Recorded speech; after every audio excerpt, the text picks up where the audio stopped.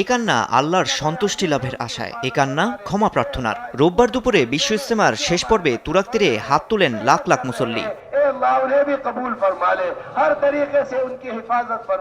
বেলা 12:30টার কিছু পরে আখিরি মোনাজাত পরিচালনা করেন দিল্লির নিজামুদ্দিন মারকাজের মুরব্বী মাওলানা সাদ সাহেবের বড় ছেলে মাওলানা ইউসুফ বিন সাদ। মোনাজাতে অংশ নেন ময়দানের আশেপাশে থাকা মুসল্লিরাও। দূর দূরান্ত থেকে আসা মুসল্লিরা জানান, বিশ্ব ইজতেমা ও আখিরি মোনাজাতের অংশ নিতে তাদের আত্মতুষ্টির কথা। ইজতেমাতে এসে ভালোভাবে চলা, সবাই মিলামিশা থাকার জন্য, একসাথে সবাই দিনের কাজ করতে পারি, দিনের আমল করতে পারি, সবাইকে ভালো বুঝ দিতে পারি, এই জন্য সবাই আসলাম।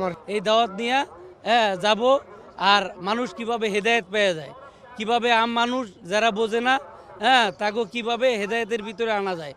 এর আগে আখিরি মোনাজাতে অংশ নিতে দেশের বিভিন্ন প্রান্ত থেকে টঙ্গীর তুরাগ তীরে আসেন মুসল্লিরা। বিভিন্ন ক্ষেত্রে অবস্থান নিয়ে ইসলামিক বয়ান, দিক নির্দেশনা শুনেন।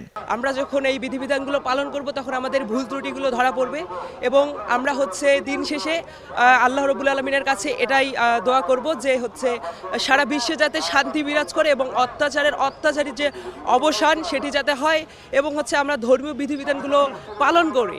গত 31শে জানুয়ারি শুরু হওয়া এবারের 58তম বিশ্ব ইজতেমা অনুষ্ঠিত হয় 3টি পর্বে, যার সমাপ্তি ঘটল আজ। তবে আগামীতে একসাথে ইজতেমা করতে চান সাধারণ মুসল্লিরা।